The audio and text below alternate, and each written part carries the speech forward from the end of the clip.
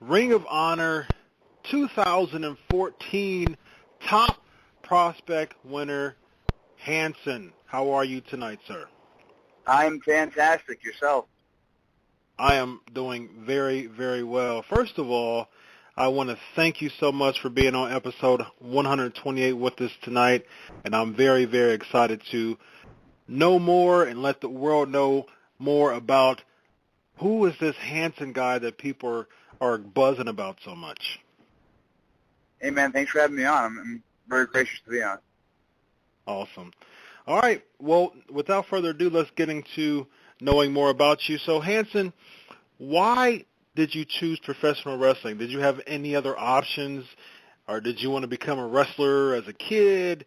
Was it something that one of your buddies kind of told you about while working out? How did you get your break in professional wrestling? Yeah, I loved it as a kid. I fell in love with it, and it's all I ever wanted to do. But you said, did I have a choice? I think every person who becomes a professional wrestler has a choice. And usually it's the passion that we have that draws us to it. Absolutely. So if you weren't a wrestler, before you was a wrestler, before you wanted to be a wrestler, did you have anything else in mind? Oh, no. From the moment I saw the 1, 2, 3 Kid beat Razor Ramon, it was, I'm going to be a professional wrestler, and that's it. Nice. Well, you would not be the underdog in most matches, I'd imagine, but it was definitely one of the biggest underdog moments in professional wrestling history, and I would see why that would be a good inspiration of wanting to be that. I believe that was 1993, wasn't it? Raw 1993? Yeah, 93 on Raw. As a kid, I was big on the underdogs. I was big 1, 2, 3 Kid fan, Marty Jannetty, and even Aldo Montoya. I was big fans of all the underdogs, so that's what drew me as a child into watching professional wrestling. Absolutely. So other than 1, 2, 3 Kid, was there any wrestlers that you remember as a kid that really stood out to you? Who would you call your favorites? Well, it was all those guys in that era. It was Razor Ramon, it was Shawn Michaels, it was the 1, 2, 3 Kid. My favorite of all time was Mr. Perfect. And as I fell in love with professional wrestling, because Kurt Hennig at that point was kind of fading out of WWE, as I became a bigger fan, I got all the tapes and I watched all the old SummerSlams and all the old WWE stuff, and I completely fell in love with everything Mr. Perfect did. He was my all-time. That guy was such a consummate professional, and I wish that he would have had a world title run in the WWE. I've said we've talked about Perfect many times on the show as far as just that 93 era was when he had an opportunity to be one of the top baby faces in the WWE, but wasn't booked as such, although he did beat Flair that year as well. But yeah, I agree. Perfect was definitely one of the best of all time. So I definitely can understand why he was one of the top. Now, I know that you have more of a brawling style, but is there anything that you can see in your wrestling style now that kind of emulates Kurt Hennig? For a long time, a lot of things I did wrestling was related with Kurt Hennig. A lot of things he did, a lot of mannerisms and stuff like that. But as I've turned into Hanson, I guess you could say, the Warbeard, my whole style has changed of how I wrestle in the ring. So there's not much of Mr. Perfect left in me, so to speak. Since I've gone through a whole change of my body and my appearance and everything to do with me wrestling, really that's kind of all faded away. I used to try to do a lot of things like the underdogs or the smaller guys, and it never really fit my look or my size for that matter. So over the years, specifically 2 years ago, I've really just completely changed everything that I do, and now things seem to be working for me. Yeah, and I've seen that. I've definitely seen that from your time in the Indies, and your opportunity with Ring of Honor, which we'll get to in a minute, and just the complete overhaul of what we know to be Hanson now. So who trained you? You've been, a lot of people don't know that, you've made you've staked your claim, so to speak, in ROH for the past year or two. But a lot of people don't know that you've been wrestling for over a decade now. So let people know about, just as far as your indie promotions that you've wrestled with, and who trains you to get into wrestling. I'm based in the Northeast area. I train primarily with Chaotic Wrestling. I work with Chaotic Wrestling up in Massachusetts. When I joined their school, it was Mike Hollow who was the head trainer. Later, the school merged with Killer Kowalski's school. So Mike Hollow and Killer Kowalski are my trainers. I've been wrestling for 12 years now, over 12 years. And I've done a lot of things, never a big blip on anyone's radar, but a lot of WWE extra work, a lot of Ring of Honor dark matches in the mid-2000s, a lot of WWE dark matches in the mid-2000s. A lot of things. It never quite made a big blip on our radar until this year. So let us know more about your WWE work as far as the dark matches that you did in the mid-2000s. I did so much extra work. I couldn't count it. How many times I've actually been to TV and done extra work. But as far as matches and stuff go, I did a dark match with Brian Black, who later became Palmer Cannon on SmackDown. That was in 2005 at the Fleet Center. I did a Velocity match against Doug Basham later on that year. And I did a match on SmackDown with Sylvester Terkay maybe a year and a half later. Man Bear. Yeah. And he is a big man, because I am a big man, and looking up to him, I was like, wow, he is a big dude. Yeah. We previously interviewed Elijah Burke, and he definitely explained how big Terkay is, and I can definitely understand why people call him the Man Bear, based on what you and Burke and a lot of other people I've talked to in the wrestling industry have explained about him. And yeah, I can definitely, from the stature, the intimidating stature that you have, looking at someone like Terkay and saying that, I'm sure that's a big thing. So yeah. I'd imagine just getting in the ring with him would be just thrilling, to say the least. Terkay, the funny thing about Terkay on that day, he's the only person I have ever wrestled who has flat out told me to punch them as hard as I could in their face. Wow. Yeah, because he was into the MMA stuff for a while, so he would rather get hit in the face as hard as you can, so he knows how to sell it, than get a wimpy hit that he doesn't quite know how to react to. Mm-hmm. So what are your biggest takeaways from your WWE experience? Oh, I learned so much. I don't know what I could pinpoint off the top of my head. There's so much I've done. I also recently did actually it was a year ago, last week or the week before, that I did a WWE tryout down in Orlando. Wow. So all the opportunities I've had with WWE, they've all been just amazing. And amazing opportunities to learn and to grow. I've had so much feedback, working out in the afternoon at TV, from all the agents, from the guys working on the roster. It's always an amazing experience. It can be a little nerve-wracking. Yeah. Over the years, I was able to become a lot more comfortable, but it can be very nerve-wracking. But it's probably one of the best experiences that any professional wrestler at my level or below me or even above me can get. Absolutely. So talk about blips and radars. You said that you didn't make many, but you sure as heck did for a promotion called Ring of Honor. And I talk about Ring of Honor on my show every week, just about, and I always say that I wish that the production was better to really compete with TNA, because I really believe that ROH, and I say this so many times, ROH has the best talent pool in American professional wrestling, period. I will say that, and I will continue to say that, and I will argue with anyone who believes otherwise. I really think that there's such an amazing batch of talent in the ROH family, and we've seen that. We've seen that with Daniel Bryan. We've seen that with CM Punk. We've seen that with Samoa Joe. We've seen that with Nigel McGuinness. We've seen that with AJ Styles, Christopher Daniels. I mean, the list goes on as far as Austin Aries.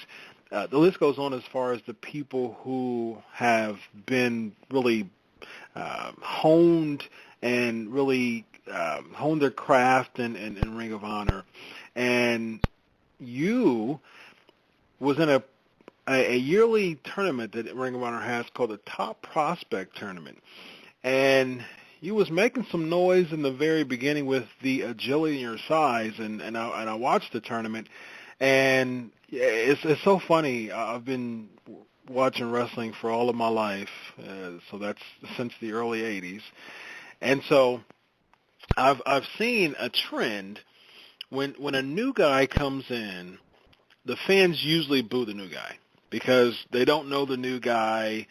They're not really, I mean, the new guy really hasn't proved himself yet to really be over with the fans.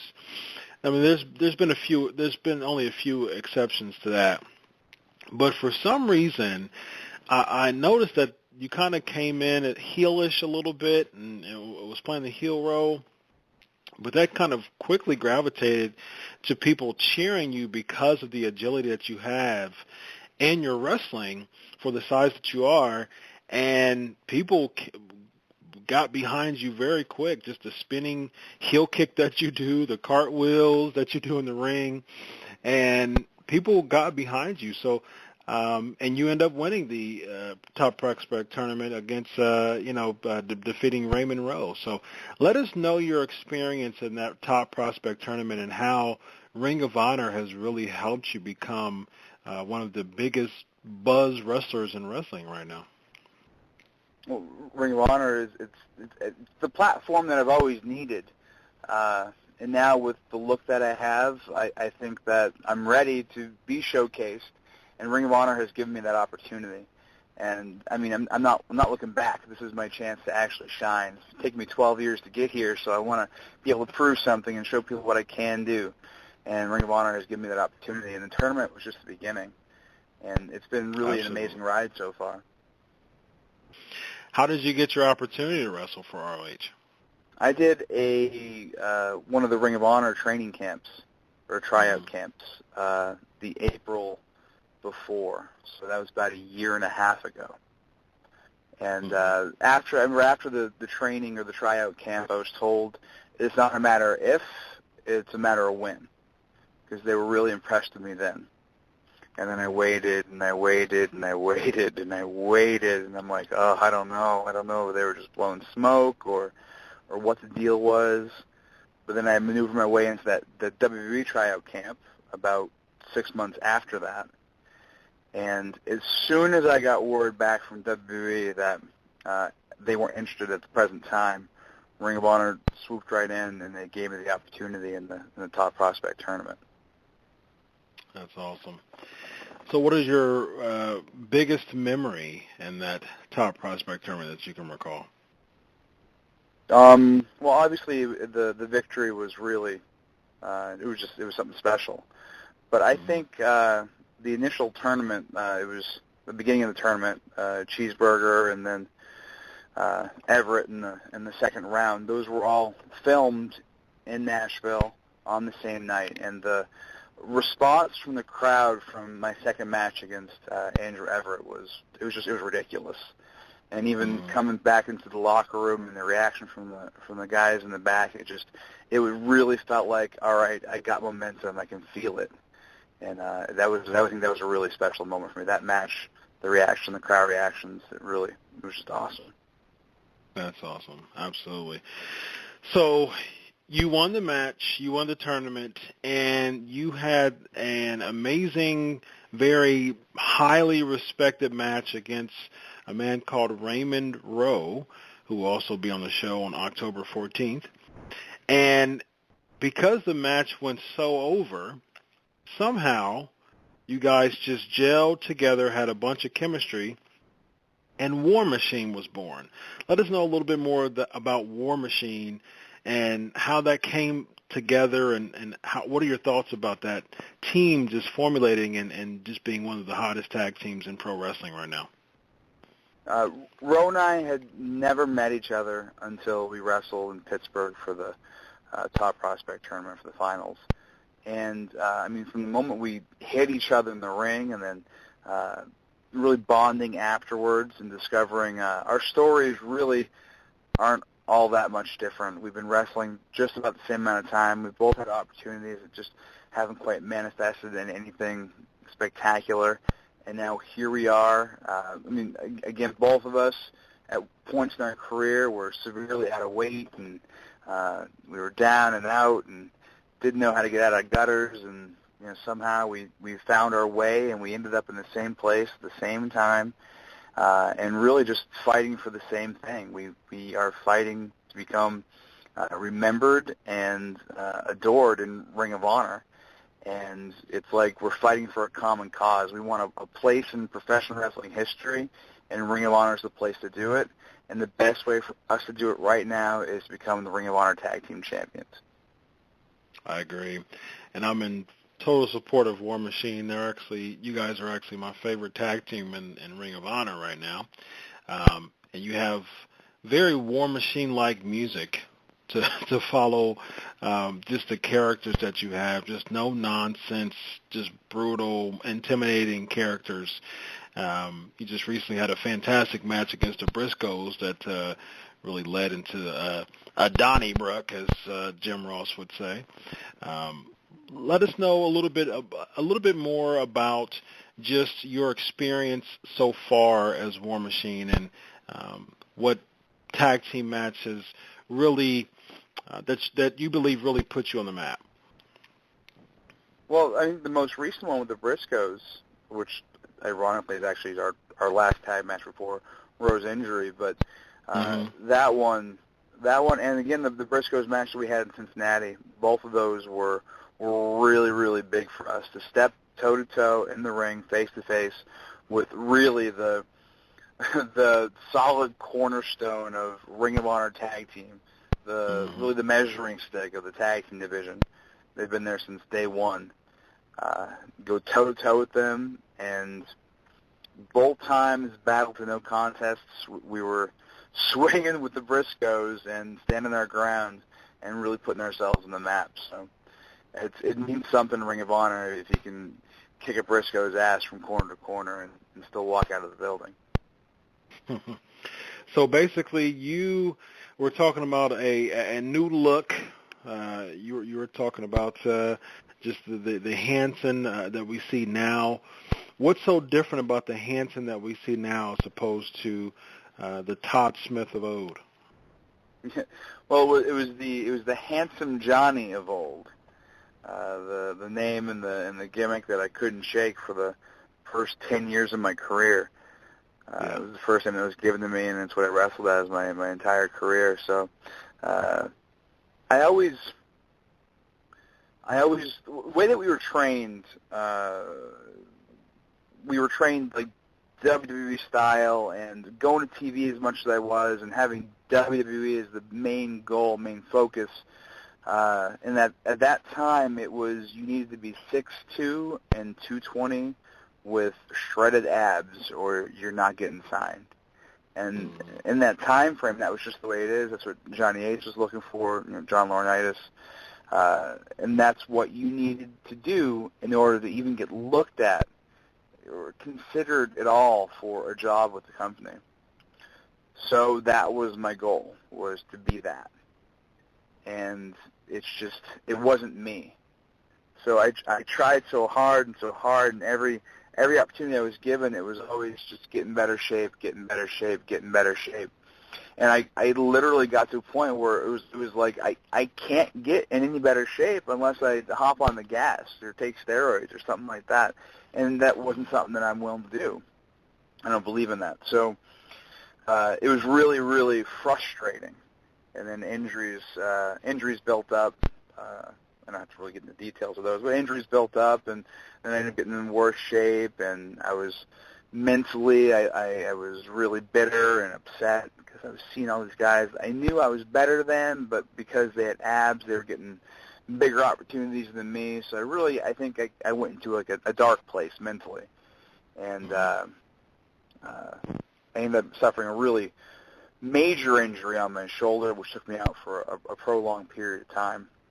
And in that time is when I hit real rock bottom, and I was 330 pounds, and I didn't know if I was ever going to go back to wrestling. And one day I decided that that's it. I'm coming back from this.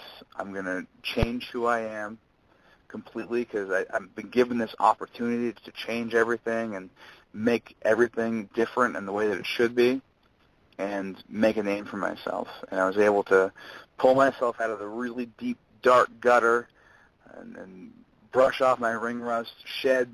I ended up shedding at that point in time 95 pounds, all on my road to coming back into the ring. And, I mean, I gained a lot of that back now, but it's because I've been lifting weights real heavy. Surgery left me pretty small for a while. But I worked hard. I gave myself a goal. It was either going to be Ring of Honor or WWE, and that's it. I'm not taking no for an answer this time. And I pushed hard, and I changed my look and changed my name, and here I am in Ring of Honor. That's absolutely amazing. Mad respect to you with that type of determination to pull yourself out of that. I know it's tough, and I'm a certified life coach, so I deal with many situations like that, and people not understanding and not really seeing any type of alternative but to be where they are now, and just to kind of dwell, just to kind of wallow in it. But I definitely give you, extreme respect for seeing a bigger picture and aiming and working hard to get to that bigger picture. And you're right. This is just the beginning for you. I could definitely see, even with the a dozen years of wrestling, it's still it's going to take some time, but at the same time, it's you're going to persevere through it. I think of the Bret Harts and the Shawn Michaels, and people like them, and taking them 15 years to be in the business before they get their first world title. So I definitely can see just the passion that you have, and people haven't seen even the middle. This is the beginning of Hanson, like you said, the Hanson character, and this is the beginning stage. So speaking of the Hanson character, so it's a very interesting character as far as the look is concerned. You really stand out as far as your the attire and the beard, and the look and the music and just a rugged look. So when I first saw you, I was like, man, why isn't this guy a member of the Wyatt family? So just randomly, just for the Pancakes and Powerslams show, if you were to be in a feud with Bray Wyatt, how would you book it? Oh, geez. I think in the beginning of it would clearly be I'd be one of his followers. Mm-hmm. And obviously over a course of a long period of time, and tension would build within the faction, come to a boiling point where I would defy the things that he asks, which would, of course, lead to turmoil and matches here and there. I think it would probably start with Bray sending out each member of the Wyatt family for me to have to cut through to get to him. And it would culminate probably in a series of 3 matches, each one growing in physicality. And I would think the last match would probably end up being some form cage match or Hell in a Cell with the whole Wyatt family at ringside. Very, very interesting. Looks like this guy's a booker, a booker by trade. I couldn't have booked it any better than myself. So I'm sure that you're familiar with different areas of wrestling other than Ring of Honor, different promotions and things like that. And that ultimate goal of WrestleMania is usually everyone's dream and what everyone look at. I know that you are very happy with where you are right now, but of course people understand that there's dreams and aspirations that people have. So what is your biggest dream as a professional wrestler right now? It's a tough question because there's so many dreams, and I mean right now my biggest dream with where I'm at would be to become a champion, a world champion in Ring of Honor, because of where I'm at. Now, grand scheme of biggest dream that I want to accomplish in my wrestling career in my life right now would be definitely a match on the biggest stage of them all, WrestleMania. So. Perfect segue, because my next question to you was, if you were in a match with at WrestleMania 31, just fantasy booking real quick, WrestleMania 31, who would your opponent be and why? WrestleMania 31? It would be Tommaso Ciampa. Ooh, why Ciampa? Why Ciampa? Tommaso started, I helped originally train Tommaso, and me and him have been all over the place together. And it's amazing right now to be in Ring of Honor with him through all the ups and downs that both of us have been through. If you know any history of Tommaso, you know some of the things that I'm talking about that he's gone through and things that I've gone through. And knowing Tommaso as well as I know him and how hard he works and how intense he is about this business and his passions for it, I think the greatest reward that I could think of for everything that the two of us have done would be to wrestle each other at WrestleMania. It was really a dream come true to be able to wrestle him at the anniversary show after I won the Top Prospect Tournament in Ring of Honor. Wrestling for the World Television Championship. That was really a moment for me and him to get that opportunity to hop on a stage and be able to do what we do. But it'd be even more amazing to be able to do it at WrestleMania 31. That's an excellent choice, the Sicilian Psychopath. He's one of my favorite wrestlers in Ring of Honor, and we have a segment at the end of the show every week called Flavor of the Week, and probably about 2 years ago, probably maybe even more than that, we had a Flavor of the Week episode. What 5 wrestlers would you bring to the WWE? And Ciampa was one of my choices because I definitely think that he has just the zeal. You can just tell the zeal that he has as a professional wrestler, and I think that's an excellent choice. Real quick, we've got I do this with everyone I interview. I'm going to give you a few names and just complete it. Let me know what you think of this person, and we'll start with Christopher Daniels. I love Christopher Daniels. I didn't really ever have any interactions with him until recently in Ring of Honor since he's come back. But he's been amazing. He's been great to work with, and he gives a lot of great feedback, helping everyone in the company become better at what they do. So I think he's great. And God, he can do an amazing moonsault. BME, the best ever.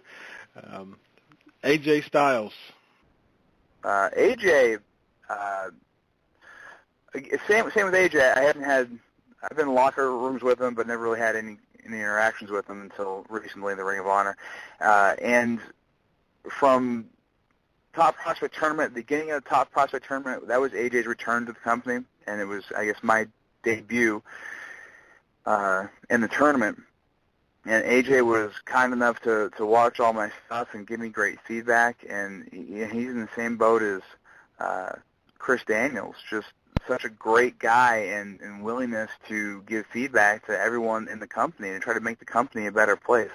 I can't say enough about the passion. We're talking about the two of them right now, from going to TNA and traveling the world and doing amazing things, and now coming back to Ring of Honor and just having the passion and the heart to give back to this company and give back to the fans and give back to the wrestlers who are working for the company now. It's just, they're two amazing people. I totally agree. Someone who I really want to see you wrestle in a match, in a feud, rather, and that is Rhino.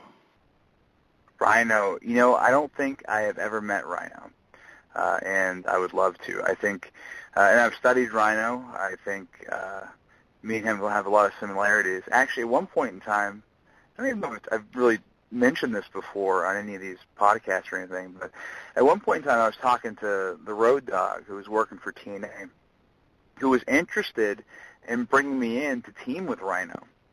Obviously it didn't actually work out, but I was literally in talks with him about coming in. Didn't go very far, but I think that was interesting, because when he saw me wrestle, he instantly thought of Rhino. So yeah. Rhino would be a tremendous feud. But I haven't met him, so I'd love to meet him and talk to him. And he's a guy that I've studied, and yeah, he'd be real cool to get in the ring with. Absolutely. And then lastly, Vince McMahon. Vince, when I wrestled Sylvester Sakai on SmackDown, and I think this is the only actual interaction that I've had with Vince. And so it was on SmackDown, and I did the match, and I came back to the curtain, and he actually stood up out of his seat in Gorilla and shook my hand and told me, "Great job." And I remember, like, wow, walking out of Gorilla position and being like, wow, I can't believe he just did that. And then, like, an hour later, after it settled in my brain that Vince said that, I'm like, wait a minute, why? If he said that, why didn't he offer me a job? Yeah, exactly. but I mean, all the things that I've seen events at TV, and I have friends who work for the company, I've never actually heard anything terrible about Vince McMahon or seen him do anything terrible. So he's somebody that I wish I had the opportunity to work for, to actually get to know who Vince McMahon is, because I don't think any of us who have never worked for him really have any clue. So it's my opinion. Absolutely. There. And lastly, let us know what's coming up for Hanson. I have Chaotic Wrestling this Friday night in Lowell, Massachusetts. I'm returning there. I've been off a couple of their last events because of other bookings with Ring of Honor. So I'm excited to go back there. They're kind of my home promotion. And the 20th, I am in West Warwick, Rhode Island for the XWA, and there's a big, I think it's a 6-man gauntlet match with a lot of great stars. XWA does a great job bringing in, quote-unquote names. There's going to be a lot of good guys there to see. Great crowds, great atmosphere. And then on the 27th, it's Ring of Honor in Wheeling, West Virginia. I'm pretty sure it's a TV taping, and that should be pretty exciting. Awesome. Hanson, it's been an absolute pleasure to let everyone know just how passionate you are about the wrestling business. And, of course, we see it in your ring work, but it's also good to hear it from you, to couple with that. And just all the Pancakes and Powerslams fans and followers, listen to the podcast again to be sure to support this guy. This guy has really been putting his blood, sweat, and tears in the wrestling business, and just really, you heard his story, and he's ready to just take the wrestling, take wrestling by force and by storm, and I see nothing but the best for you, Hanson. It's just, I really pick and choose my the people I want to interview specifically, because I know that there's buzz about them and there's a lot of opportunity, but a personal interest as well. And I just want to thank you for taking your time to really interview at this show, and great things, man. Thank you so much. I really appreciate it. Awesome. Have a good night, and thank you very much again. Thank you.